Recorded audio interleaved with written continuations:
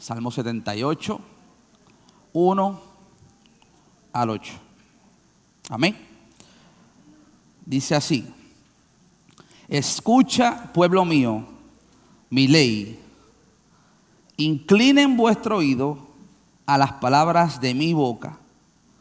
Abriré mi boca en proverbios, hablaré cosas escondidas desde tiempos antiguos, los cuales hemos oído y entendido. Que nuestros padres, ¿qué dice ahí? No las contaron. No las que encubrieron, no las escondieron a sus hijos, contando a la generación venidera las alabanzas de Jehová y su potencia y las maravillas que hizo. Verso 5, él estableció testimonio en Jacob y puso su ley en Israel, la cual mandó a nuestros padres que la notificasen. ¿A quiénes? A sus hijos, para que lo sepa la generación venidera y los hijos que nacerán y los que se levantarán lo cuenten. ¿A quiénes? A sus hijos, a fin de que pongan en Dios su confianza. Palabra clave.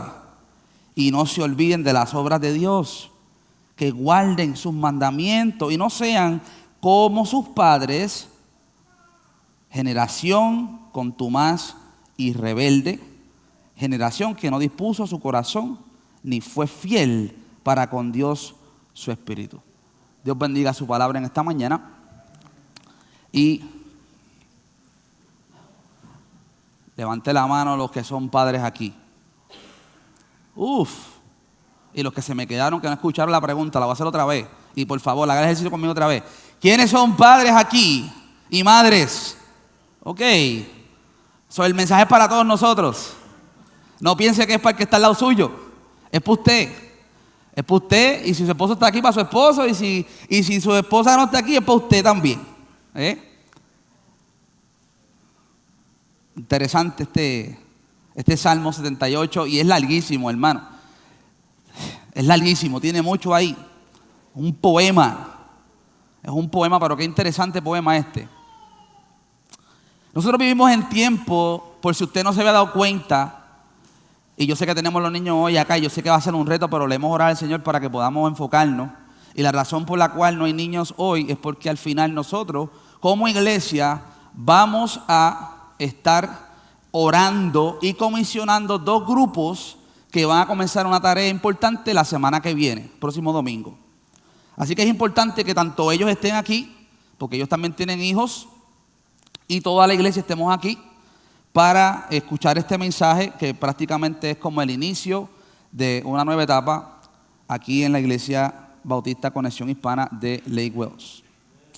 Nosotros vivimos en tiempos donde la iglesia enfrenta desafíos. ¿Usted no se ha dado cuenta que la iglesia enfrenta muchos desafíos en este tiempo? ¿Usted no se ha dado cuenta que los tiempos cambiaron?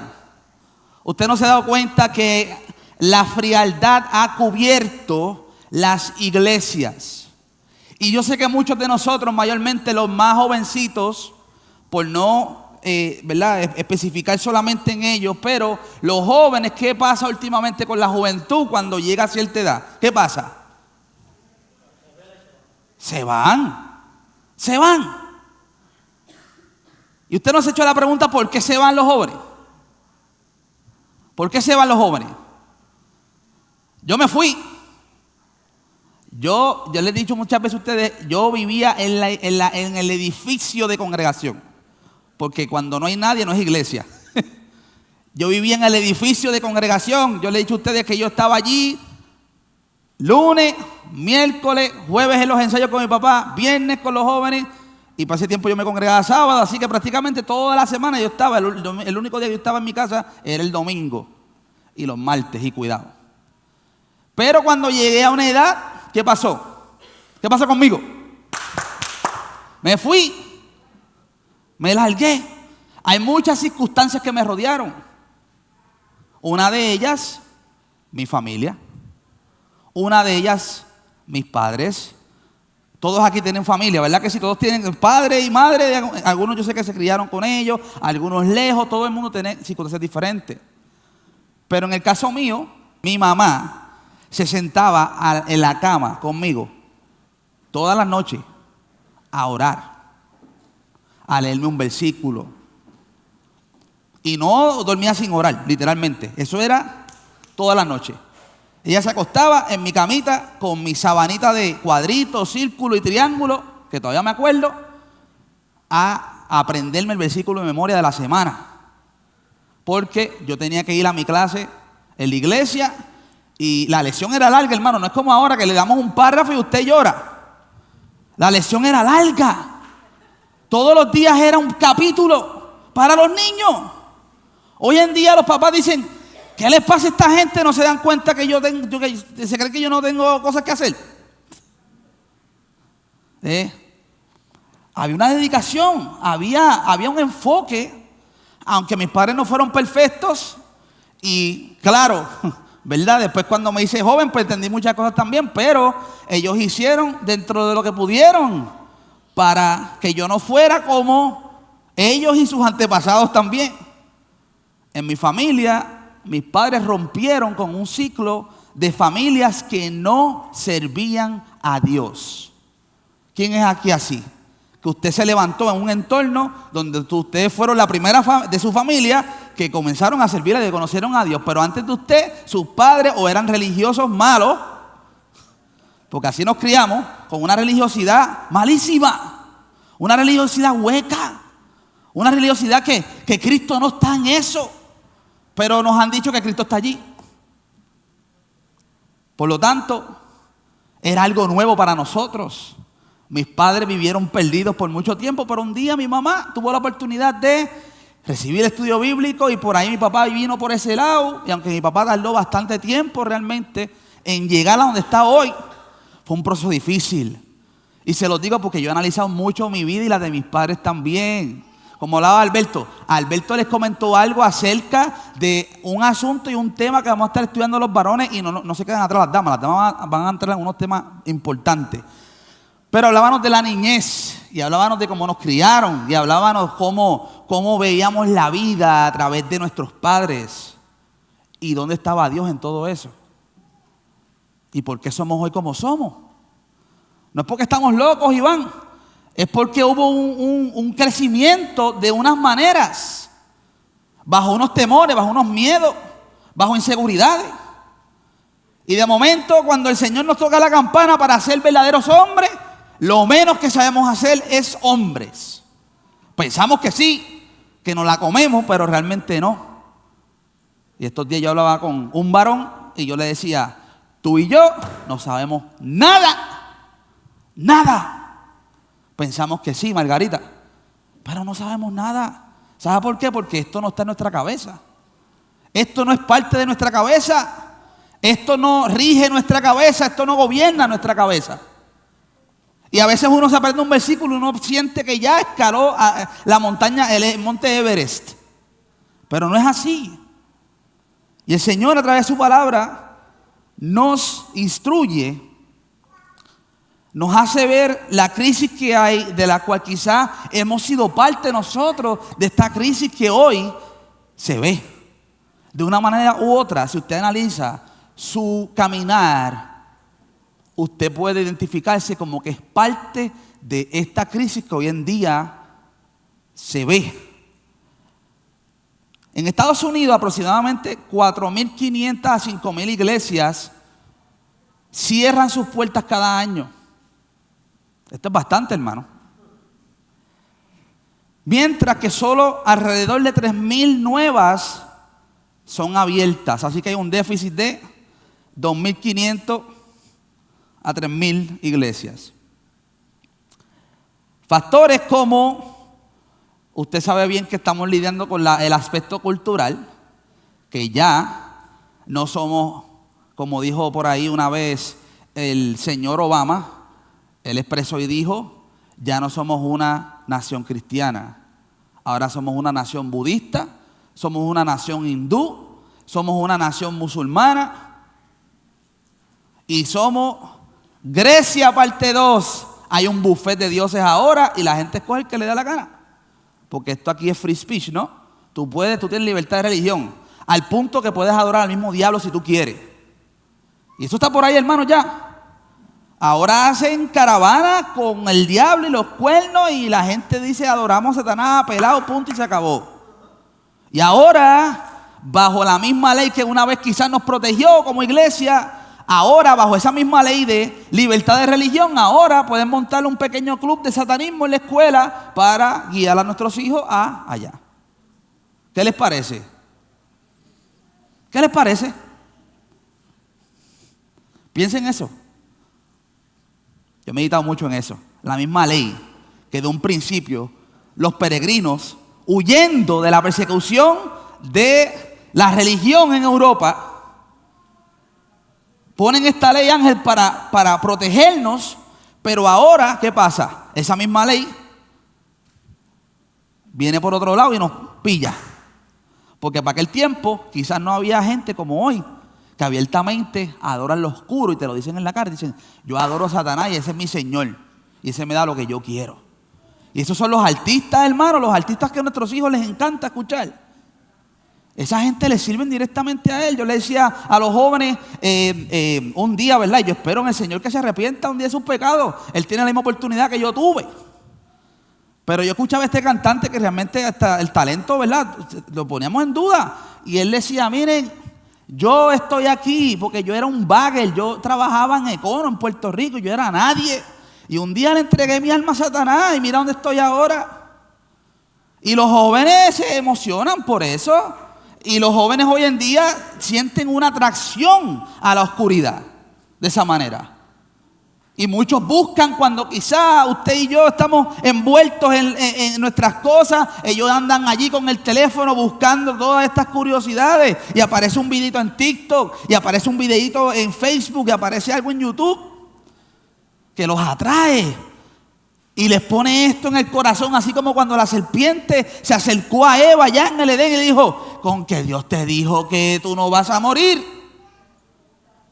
Y somos atraídos por esto que está caído dentro de nosotros y quizás un joven, un adolescente no entiende, pero así esta es la realidad que estamos enfrentando. Y se mete el enemigo en nuestra propia casa. ¿Sabe por qué? Porque dejamos que entrara, porque le abrimos las puertas, porque queriendo ser papás chéveres y cool, ¿qué pasó? Nos asaltaron y nos arrastraron los hijos. Esta es la verdad. Y la cultura quiere dominar nuestra mente y quiere hacernos ver que somos anticuados, que seguimos al Dios obsoleto, al Dios de antaño. Ya las cosas no son así. Una vez, esto me pasó a mí, hermano, en carne viva, en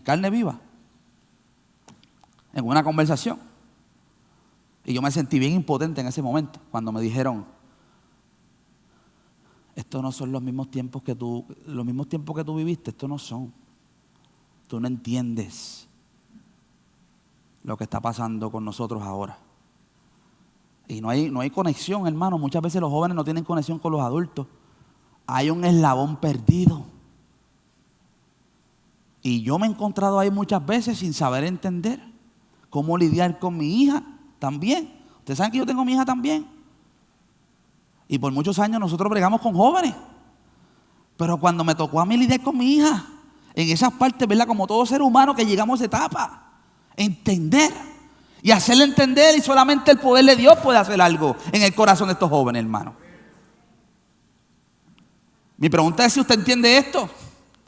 Mi pregunta es si estamos trabajando correctamente, si estamos siendo guiados por el Espíritu de Dios para hacer este trabajo difícil de este tiempo. Y requiere dependencia de Dios, hermanos. En Estados Unidos hay un informe del Pew Research Center que dice aproximadamente el 64% de los jóvenes que crecieron en iglesias cristianas dejan de asistir regularmente después de los 18 años. Un 64, eso es más de la mitad. Yo diría que más allá ahora. Mucho más. Barna Group trabajan en una universidad, reportan que un 59% de los jóvenes cristianos que alguna vez estuvieron activos en la iglesia dejan de participar en la edad adulta. ¿Cuáles son las razones? Usted se ha puesto a pensar las razones por las cuales ellos se van. Muchos decimos, no, que este es el proceso de la juventud. Este es el tiempo donde ellos tienen que definir todo este tipo de cosas. Hay cierta realidad en eso, pero no del todo. No del todo. Estas son las principales razones por las cuales los jóvenes abandonan la iglesia. La primera es falta de relevancia en la enseñanza bíblica. ¿Qué tiene que ver esto conmigo? ¿Qué tiene que ver esto conmigo? No entiendo el pecado, no entiendo la caída, no entiendo mi condición. ¿Qué tiene que ver Jesús conmigo? Usted no se ha topado hablándole a una persona de Jesús y la persona no necesita a Jesús. Yo no necesito ningún Jesús. Yo no necesito ningún perdón de pecado. Yo estoy bien. Falta de relevancia en la enseñanza de la Biblia. Segundo, y esto es bien común, hermanos, y yo lo he vivido y me ha pasado, y yo fui parte, y también en cierto momento, también me ha tocado estar en este grupo. Hipocresía percibida dentro de la iglesia. Hipocresía, cuando no hablamos las cosas mirándonos a los ojos, cuando todo lo escondemos, cuando todo es por acá, cuando es el chisme, y no se hablan las cosas en amor. No hay una relación, hermanos, en la iglesia muchas veces. No, decir, somos la familia de Dios. Y verdaderamente somos la familia de Dios. Abdiel, verdaderamente somos la familia de Dios. Verdaderamente tú te puedes sentar con el hermano Ángel y verlo como tu familia. Y sentarte a hablar ciertas cosas con el hermano Ángel para que él te ayude, para que te dé un insight de experiencia. ¿Usted no se da cuenta que hemos vivido un tiempo en la iglesia donde todo el mundo está separado?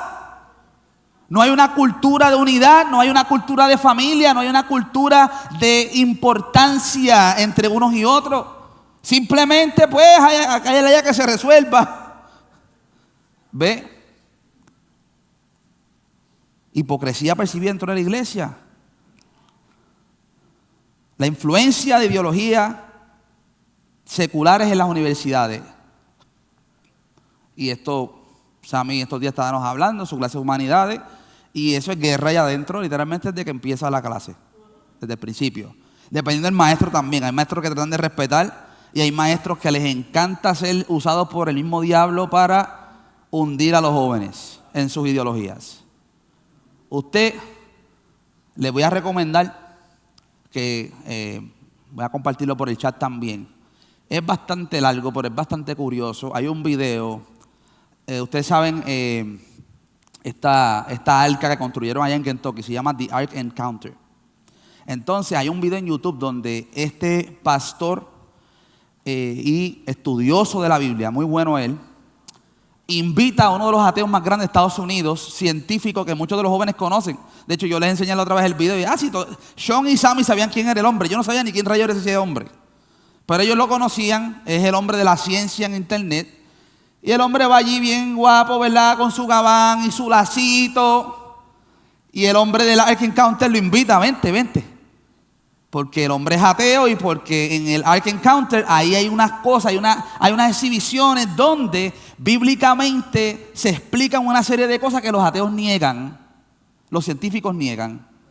Y dura 2-3 horas. Y está la prensa detrás de ellos. Hay 2 equipos de cámara y hay niños y jóvenes escuchando todo lo que están hablando.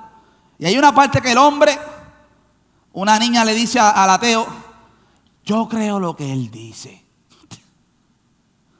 Y el ateo se ofende, ¿no?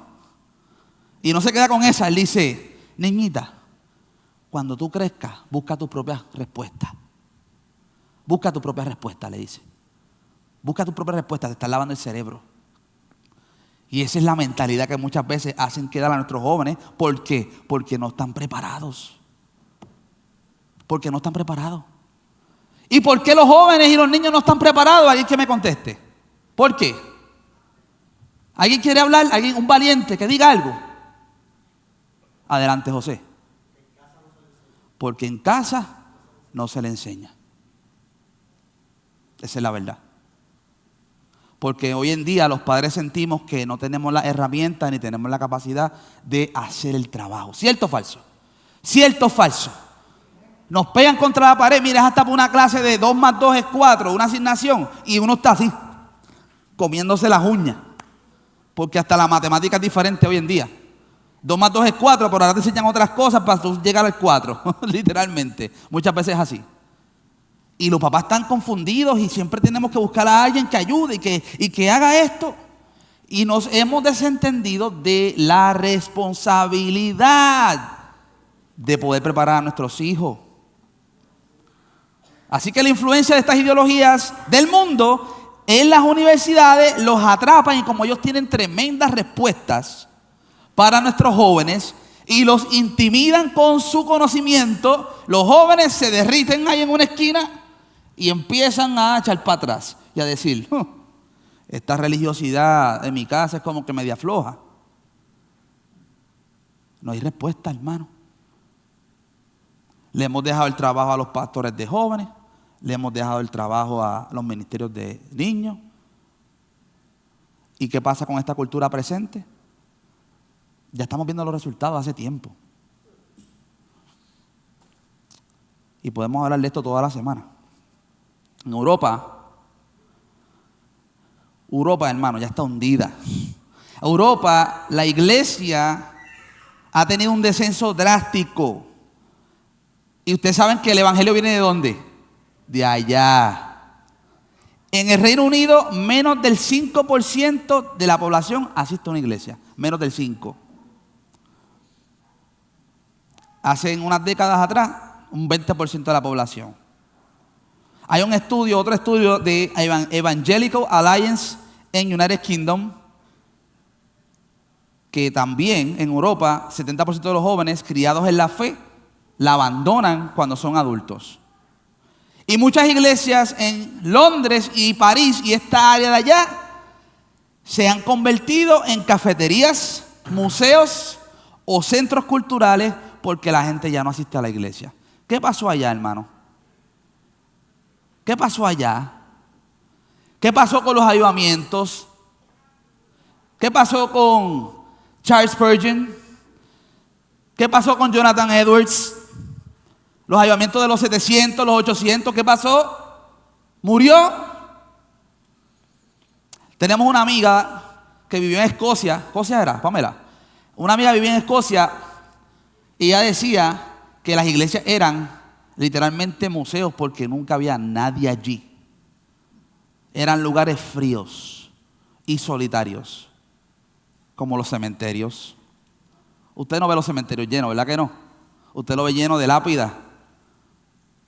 Pero ahí no hay nadie casi nunca. Quizás alguien que todavía preserva esa práctica de ir al cementerio a ponerle flores al familiar. Pero las iglesias se convirtieron en cementerios. ¿Qué pasó allá? Usted no se pregunta, ¿qué pasó allá?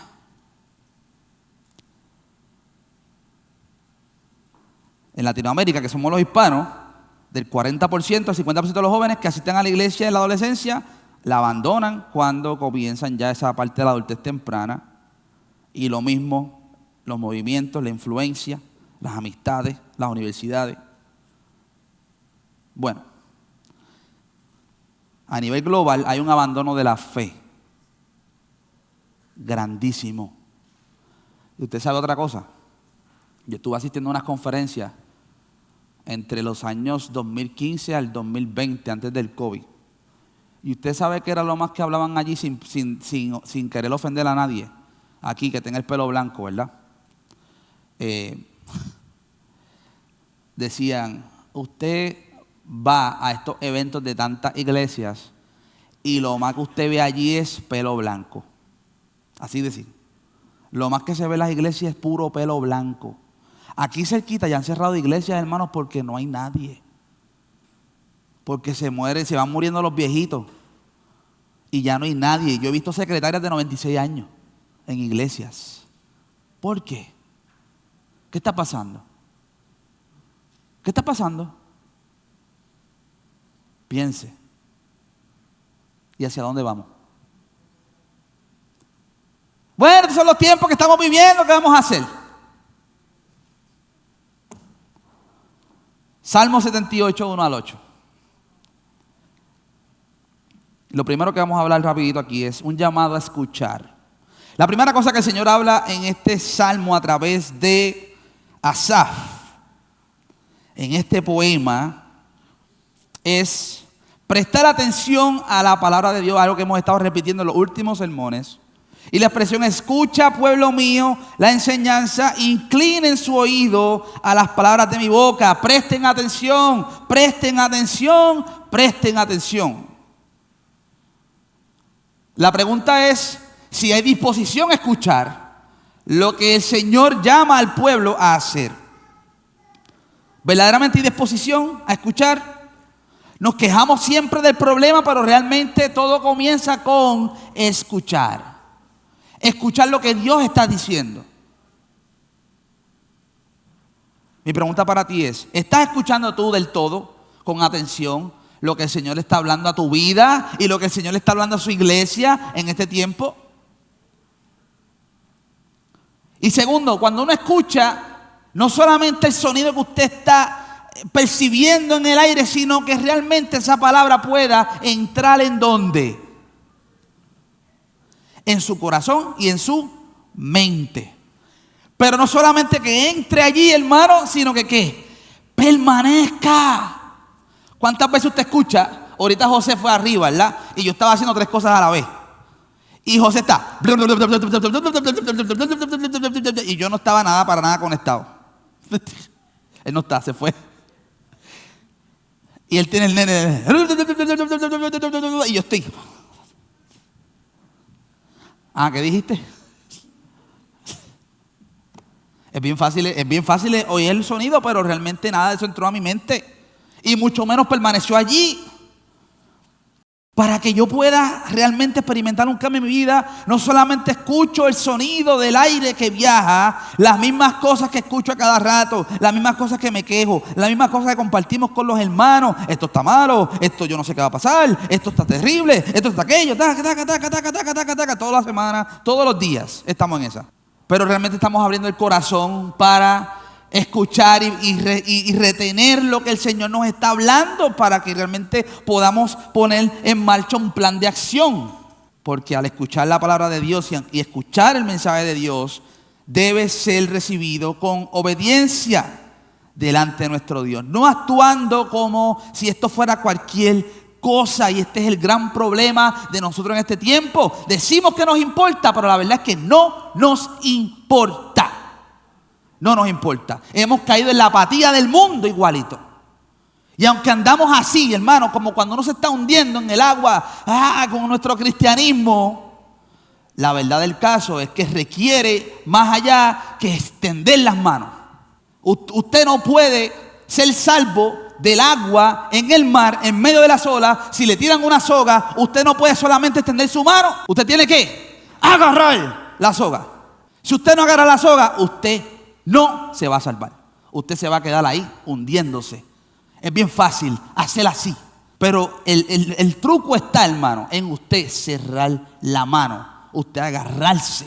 Porque usted sabe que esa soga lo va a sacar de allí. Los hebreos tenían una cultura muy, muy rígida todavía. Usted ve esos videos en YouTube, cómo ellos enseñan a sus hijos, cómo van a la sinagoga los sábados y llevan a sus niños allí. Allí no es si quieres o si no quieres, vas para allá. Eso es parte del DNA de ellos. En el contexto cultural de los judíos. ¿De dónde sale esto? ¿De dónde sale esto? ¿Usted se acuerda de Deuteronomio capítulo 6? Vamos a buscarlo. Deuteronomio capítulo 6.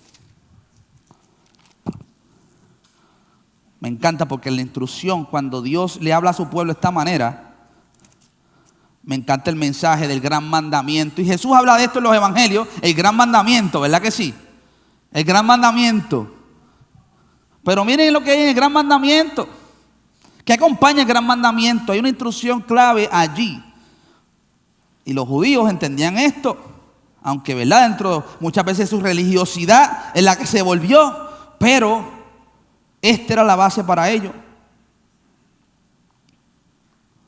Voy a empezar a leer desde el 1, aunque empiece en el 4 lo que vamos a hablar.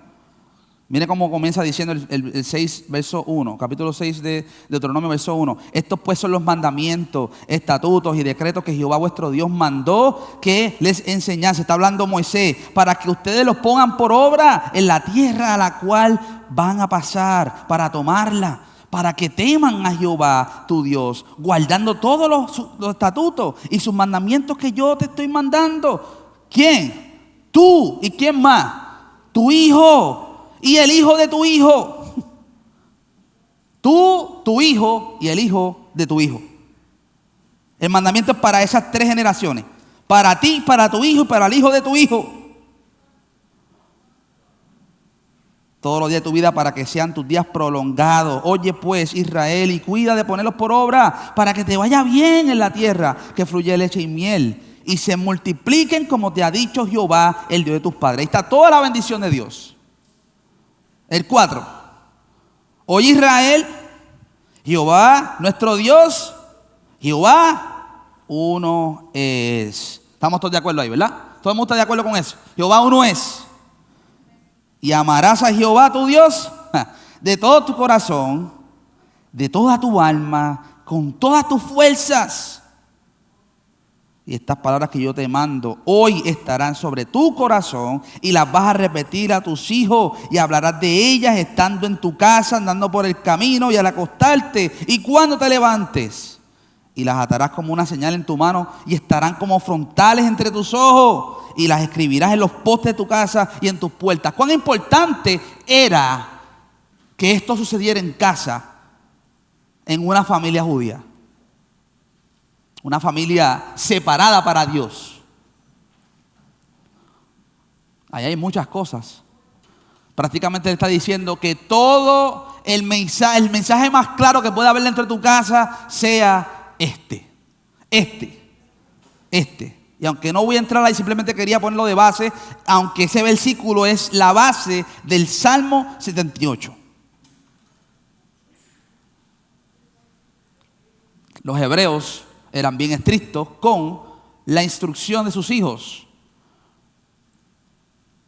Ellos instruían a sus niños en este pasaje que acabamos de leer, diligentemente. Proverbios 22:6, que también se utilizaba en la escuela donde nosotros servíamos, instruye al niño en su camino y aun cuando fuere viejo, no se apartará de él. 2 puntos claves dentro de la Biblia, en este caso, ¿verdad?, en el contexto judío, hebreo. En el Talmud, ellos resaltan la importancia de la educación desde la edad temprana. Mencionan en uno de sus escritos la implementación de escuelas públicas en el siglo I después de Cristo bajo un rabino. Ciertos documentos del rollo del Mar Muerto, en cuanto a manual de disciplina, tenían un manual de disciplina que encontraron, muestran prácticas educativas centradas en la enseñanza de la ley mosaica. Estas personas, estos judíos, estos hebreos, se encargaban, invertían tiempo educando sus hijos en la Torá, en la palabra, ¿verdad?, en lo que es el Antiguo Testamento, los primeros 5 libros, Pentateuco, los profetas, los rollos del Mar Muerto. Vemos en los descubrimientos que hicieron que ellos tenían escritos en cuanto a todas estas cosas. En el Mishnah, en el siglo II, también establecen una progresión educativa estructurada para diferentes edades. Y no solamente enseñaban en la casa, sino también enseñaban congregacionalmente. Escuche bien, porque no era solamente que el papá se encargara en la casa, había una parte personal, familiar, pero había una parte en la congregación. Esto viene de allá, esto viene de atrás. Y es importante, cuando escuchamos el llamado del Señor en este salmo, escuchen la enseñanza, inclinen su oído, escuchen las palabras de la boca del Señor. Vemos un pueblo que entendía estos principios. Y segundo, tenían un llamado no solamente a escuchar, sino a aprender.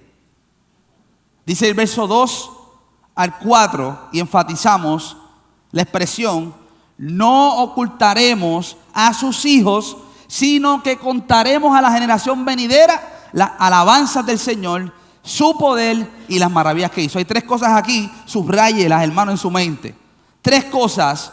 Estas familias no iban a ocultarle a sus hijos.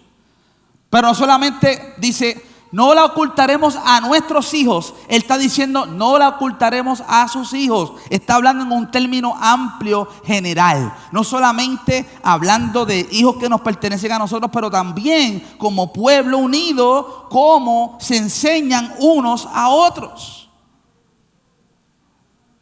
Egui, ¿cuánta inquietud tú tienes a veces de instruir a niños que no son tuyos? A cada rato te robas a Jaden, hermano. Los otros días, Jaden está conmigo aquí y se desaparece Jaden. Y de momento recibo un video de Jaden con un taladro allí. Digo, mano, chico, pero déjame saber que se fue con... Yo sabía que se había ido con él, pero yo me pongo a hacerle show, ¿verdad? Y no, yo no sabía dónde está mi hijo. Ese amor, ese deseo, y claro, estoy hablando a un nivel práctico. Pero esa parte que tú haces tiene que ver también con ese amor, esa preparación que tú quieres ver allí en un futuro, a vivir y ser un hombrecito que aprenda a hacer diferentes cosas. Hermano, eso es parte de la iglesia. Yo no puedo desconectarme, ¿verdad? No puedo hacerlo. Hay unos principios que están arraigados del Antiguo Testamento. Y quizás a veces, no, busque usted en el Nuevo Testamento a ver qué habla. No, hay unos fundamentos que están en el Antiguo, que ya era parte de muchas de estas iglesias. Había muchos judíos, hebreos, que preservaban esto. Era parte de lo que eran ellos. No lo ocultaremos a sus hijos, sino que contaremos a la generación venidera las alabanzas del Señor. Las alabanzas del Señor iban a contar el poder del Señor y las maravillas que hizo. ¿Cuántas veces usted lee Salmos donde se habla de lo que ocurrió en Egipto en el pasado? De cómo con Dios, con mano poderosa, libró a su pueblo de las manos, de las garras de Faraón.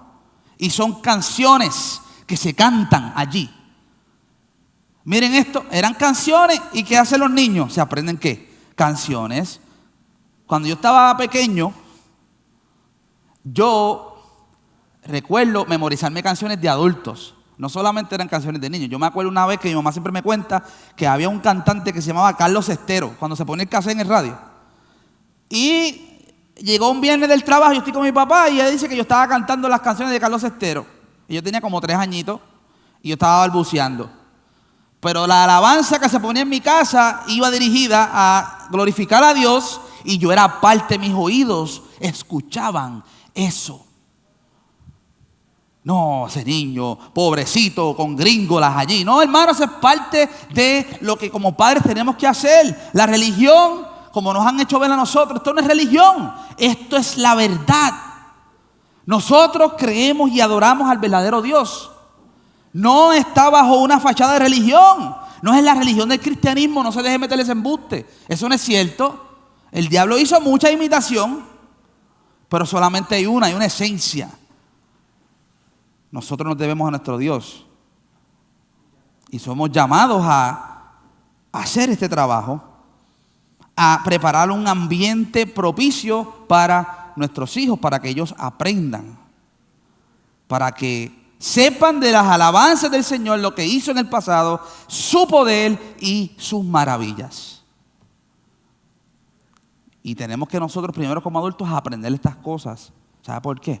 Porque muchas veces queremos enseñar a nuestros hijos y muchas veces oramos por nuestros hijos. Y esto lo hablamos en un estudio que tuvimos el año pasado, al principio, hace rato ya. Yo me recuerdo que hicimos no, mentira. Eso fue cuando David llegó acá. David, ¿te acuerdas? Ese día hicimos un estudio de los niños, de cuando Jesús llama y bendice a los niños. Y estuvimos hablando de ese jueves. Eso es bien importante, hermano, que nos reunamos. Ese jueves salió algo bien impresionante. Porque nosotros como padres oramos y nos preocupamos por los hijos. Pero ¿y yo qué? ¿Cómo yo estoy caminando? ¿Cómo estoy yo? ¿Cómo es mi ejemplo? Dios no solamente me manda a enseñar versículos bíblicos. Dios me llama a mí a modelar una fe para que ellos vean mi vivencia también. ¿Lo hemos hecho perfecto? No, yo tampoco, hermano. Usted no sabe lo que yo he llorado. Usted no sabe lo que yo he llorado también. La gente piensa que los pastores tienen una vida perfecta y que no. Uno comete errores también. Uno se desvía muchas veces. Uno pierde el tiempo muchas veces. Y Satanás anda mirando los corazones de nuestros hijos. Y después uno tiene que estar testificando de estas cosas. ¿Ve? Pero la verdad del caso es que todos sabemos de una manera u otra lo que el Señor quiere en este aspecto. La pregunta es, ¿cómo es mi vida? ¿Cómo es mi vida? ¿Cómo exhorto? Hermano, los que son más adultos, ustedes ya criaron y tienen nietos ahora, y ustedes quieren ser los padres de los nietos también ahora. ¿Cómo usted exhorta a los demás parejas, a las demás familias? Hoy en día yo no me atrevo a decir nada porque se van a ofender. Yo no me digo nada porque esos no son mis business. Pasa muchas veces, hermano. Pero qué lindo es cuando se acerca alguien y te dice, mira, te puedo dar un consejo, te puedes soltar, te puedo hablar. ¿Ve? Qué bonito eso, qué humildad. Yo he visto lo contrario muchas veces. ¿Qué le importa a esta persona? None of your business. Mind your own business. Esa no es la actitud de la iglesia. Esa no debe ser nuestra actitud. Yo creo que muchas veces estamos desubicados y no entendemos todavía lo que es la iglesia de Cristo. Y este año, con el favor de Dios, como iglesia, vamos a aprender lo que la Biblia dice de la iglesia de Cristo. Con el favor de Dios. ¿Por qué? Porque el mundo está en declive. Y las iglesias, el único faro de luz que existe en el mundo, ¿qué pasa? Leímos la semana pasada cómo Jesús advierte a la iglesia de Éfeso y le dice, si no haces lo que te digo, voy a remover tu candelero de su lugar. ¿Qué pasa con Europa? ¿Qué pasó con esta gente? No sabemos exactamente, pero les removieron el candelero de su lugar. Y allí no hay luz ahora. Y lo que hay es una pena desde lejos. Ay, ¿por qué? Y ahora hay misioneros yendo para allá a tratar de volver a llevar lo que una vez había. Señor nos llama, tercero, a vivir. A vivir, no solamente escuchar, no solamente aprender, sino también a vivir. Y en el verso 6 dice, porque Jehová Dios estableció testimonio en Jacob y puso ley en Israel. Él se cercioró de que las cosas estuvieran claras, de que su voluntad fuera conocida, de que el bien y la bendición fuera conocida por su pueblo. Y aquí vemos otra vez la autoridad de la palabra de Dios. Vemos cómo Él deja evidencia y testimonio, así aunque la gente sea incrédula, aunque la gente diga yo no creo en eso, aunque la gente diga lo que sea, Él un día en el juicio nos va a decir, yo dejé todo lo suficiente para que tú vivieras. ¿Usted sabía eso? ¿Usted se acuerda de ese pasaje de que, verdad, hermano, si usted cree fácilmente en todas estas falacias que andan por ahí, porque hoy en día todo el mundo va al infierno. Hoy en día todo el mundo va al infierno y Jesús le habla a todo el mundo ahora que se salven, que vaya y lleve un mensaje. Pero en la palabra vemos que hay un episodio donde se muestra una historia donde había un hombre, un vagabundo de la calle, y estaba este hombre que hacía banquete diariamente, y entonces dice que murió el vagabundo y murió el rico, y entonces el rico fue llevado a un lugar y había una división entre donde estaba el seno de Abraham allá y este estaba aquí en tormento, y el hombre dice, mira, por favor, Señor, le dice a Abraham, por favor, déjame regresar al mundo, a la vida allí, para decirle a la gente que no vengan a este lugar. Y Abraham le contesta algo bien interesante, que yo espero que se nos grabe en la cabeza. Él dice, a Moisés y a los profetas tienen. Si ellos no hacen caso a esto, ni a un muerto que resucite para decirle a ellos, van a creer. Y la gente se emociona porque ven un testimonio de esto. ¡Ay! Se asustan y se vuelven todos un 8 porque todo el mundo le tiene miedo al fuego, hermano. Pero no hay un entendimiento del Dios verdadero, no lo hay. No hay arrepentimiento en la gente. La gente tiene cargo de conciencia, pero no hay arrepentimiento. Dios nos llama a vivir una vida de modelaje, una vida en fidelidad, una vida respondiendo al escuchar y al aprender, y respondiendo con temor a la autoridad de Dios. Y ahora me toca a mí vivir una vida de fidelidad a Dios. Muchas veces oramos al Señor y decimos, ¿por qué tú no contestas mis oraciones? ¿Por qué pasa tanto tiempo? Y hermano, estoy diciendo específicamente que ese es el caso de todos, pero muchas veces Dios es testigo de nuestra hipocresía. Entonces, ¿cómo voy a recibir lo que estoy esperando si el primero que estoy mostrándole mi hipocresía y que quiero engañarles a Dios? Por eso tenemos que analizarnos bien. Por eso tenemos que entender lo que estamos orando. Porque usted se cree que Dios es mucho más bueno que usted y que yo. Él es verdaderamente bueno. Y lo digo en un aspecto de que usted y yo muchas veces nos creemos buenos porque estamos orando por una persona o porque estamos pendientes de una persona. Pero Dios quiere salvar, entregó a su Hijo unigénito para que todo aquel que en Él cree no se pierda, mas tenga vida eterna. Él quiere salvar, hermano. Pero usted y yo tenemos que realmente llegar a conclusiones concretas. Yo tengo que ver realmente si estoy orando y estoy en mi hipocresía, en mi vida doble, si ando diciendo, no, yo quisiera que mis hijos este y aquello. No, hermano, yo tengo que realmente analizarme y verme en el espejo. ¿Dónde estoy yo? ¿Dónde estoy yo? ¿Dónde estoy yo? Verdaderamente mi hijo ve un modelo de fe, un modelo de obediencia. Ve en mi vida estas cosas que yo quisiera que él hiciera. ¿Cuántas veces yo me he encontrado en esta situación, hermano? Y como les digo, he tenido que llorar amargamente. No solamente un llamado a escuchar, un llamado a aprender, un llamado a vivir, pero también un llamado a impactar mi entorno, mi comunidad, la gente que me rodea más allá de mi familia. Versos 7 y 8, podemos ver allí, a través de la proclamación e instrucción a otros. Dice el verso 7, a fin de que pongan en Dios su confianza. Por esta razón, Él dejó establecido que lo habláramos a nuestros hijos y a los hijos de nuestros hijos, para que ellos pongan su confianza en el verdadero Dios y no se olviden de las obras de Él. Sus hijos saben su testimonio. Sus hijos saben cómo Dios los sacó a ustedes de la garra del infierno. Sus hijos saben esto. Lo entienden. Usted le testifica. Usted le dice, este era yo y hoy soy lo que soy por el poder de Dios. Yo era un borracho, yo era un adicto, yo era un mujeriego, yo era tremendo arrogante, yo era un falta de respeto y ahora me hizo libre. Y si requiere poder, yo no puedo minimizar el poder de Dios. Yo no puedo esperar solamente un terremoto que tiemble el sitio para pensar que el poder de Dios está ahí. No, el poder de Dios ya se manifestó en mi vida, hermano, hace rato. Pero a veces lo vemos como algo tan... Hermano, usted sabe lo que... Yo siempre lo digo. Usted sabe lo que es un trasplante de corazón. Váyase al hospital y hace un trasplante. Vaya y pase por el proceso. No sé cuántas horas dura esa operación. Pero mi Señor lo hace así. El corazón negro de pecado. Y el corazón que trasplantan para otro, ese es un corazón caído.